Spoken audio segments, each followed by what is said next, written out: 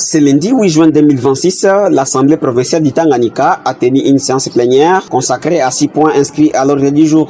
Le troisième point portait sur les rapports de la Commission économique et financière, ECOFINANSIGLE, relatif à l'exécution des budgets du 4e trimestre 2025 et du 1er trimestre 2026. À cette occasion, l'honorable Banzengo Irene, élu du territoire de Manono et membre de la Commission ECOFIN, a apporté des réponses aux différentes questions adressées à la Commission, notamment celles liées à la gestion des péages et aux documents de paye encore attendus. Merci encore une fois de plus à tous nos collègues pour leurs interventions. Merci honorable Pierre pour votre constat.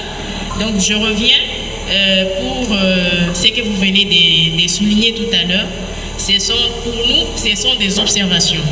Et si vous lisez très bien notre rapport, nous avons fustigé ces points que vous avez évoqués parce qu'on a manqué d'informations. Et nous n'avons travaillé que sur ce que nous, on avait sur la table. Donc, je suis à la page 3. À la page 3 de la méthodologie du travail.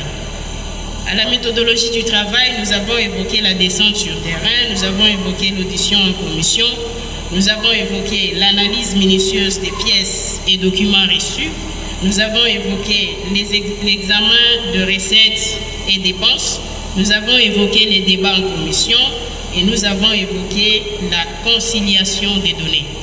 Votre commission d'habitude travaille avec la récolte d'informations qui nous vient des différents ministères sur la période déterminée. Selon ces rapports, c'est T4 et T1.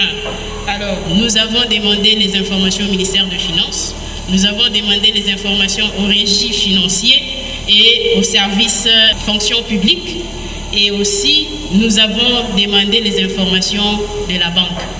Soulevant ensuite le quatrième point inscrit à l'ordre du jour, consacré au rapport de la Commission politique, administrative et juridique PAJ en sigle sur les conflits coutumiers, l'honorable Banzengo Irene a mis en lumière les tensions persistantes qui affectent son fief électoral, le territoire de Manono. Face à cette problématique, elle a proposé la création d'une commission tripartite composée des membres de l'Assemblée provinciale, des représentants du gouvernement provincial et de la Commission d'études et de règlement des conflits coutumiers CSRCC. Cette structure aurait pour mission de descendre sur le terrain, d'identifier les causes profondes des conflits et de travailler à une solution définitive.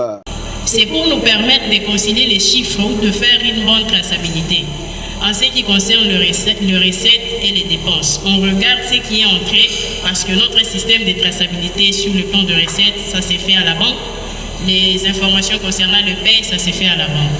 Alors, les informations input que nous avons, ce sont les 3 parts qui nous viennent sur la table. En ce qui concerne l'éclaircissement de la question de l'honorable David Kitobo, j'y reviens. Je dis ceci, nous avons demandé à la fonction publique de mettre une liste à jour.